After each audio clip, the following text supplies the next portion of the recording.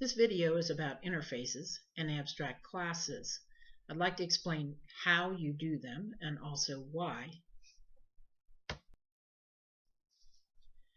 Basically, designing an abstract class or designing an interface or a class to use an interface are design choices. If you design a program that uses classes and you want to, in the future, control how that program is expanded, you can use an abstract class.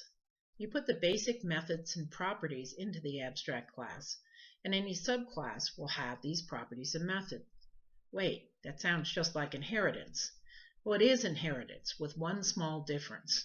An abstract class can't be made as an object itself. It's declared as abstract so that you can't make an object.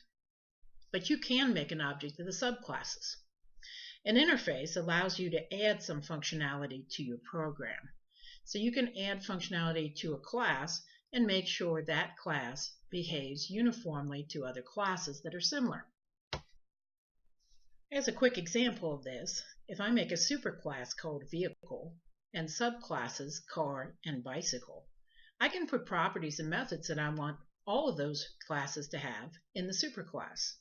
And then I can derive the subclasses by using the keyword extends. This is inheritance just like before. Now, if I don't want any future program to be able to make a vehicle, but I do want those programs to be able to make cars and bicycles, then when I put the class definition together for vehicle, I use the keyword abstract. An interface is like a class, but it just has methods. There are some typical interfaces that you're going to encounter used in the field quite a bit. One is serializable, which means that you can transmit this object.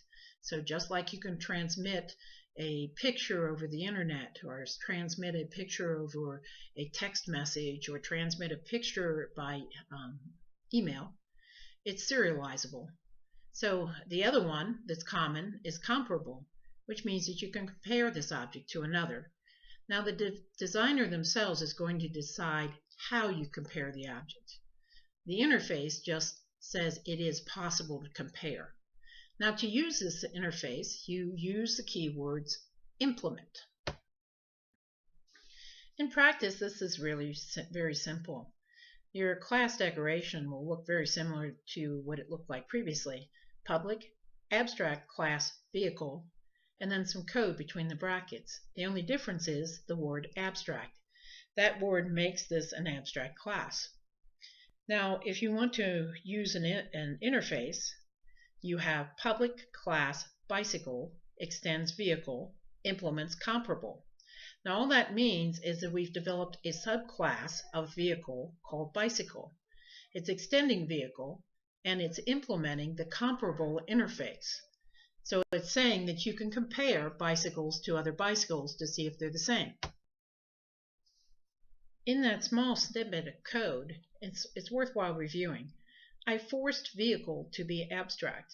What that means is I can't make a vehicle itself. I can make a car, I can make a bicycle if I define those classes, but I can't make a vehicle. Now I derived a bicycle from that class vehicle, so I can make a bicycle. Now from here on out, any bicycles that I make can be compared to each other. Now how this comparison takes place is up to you, the programmer who develops the bicycle class. They could be compared by speed, by brand, anything else. So it's really a designer choice. So why would you do abstract classes? Abstract classes allow a designer to specify some common behavior. All the classes that you derive from it, all the subclasses, will have the same basic methods and properties. Now they can, of course, have more properties and more methods if you wish, but they at least will have the same methods and properties that the abstract class defines. So why do interfaces? Interfaces will allow classes to be used in very similar ways, even very different classes. I could have a cat compared to a cat using comparable. I could have a square compared to a square using comparable. I could have geometric objects compared to each other using comparable. And that might allow me then to be able to compare some very dissimilar things. And it also allows me to get around the Java rule. See, Java only allows there to be one superclass directly above a subclass. so you can only inherit from one direct parent. Since you can only do that, you can't get traits from both.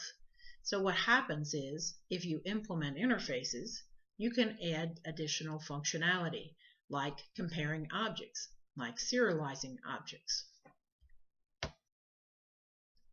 This is the first 2-minute video example that I've not used an extensive code example. That was because I couldn't convey those examples in just 2 minutes or short time. So in the next YouTube videos, I intend to have an abstract class example and an interface example.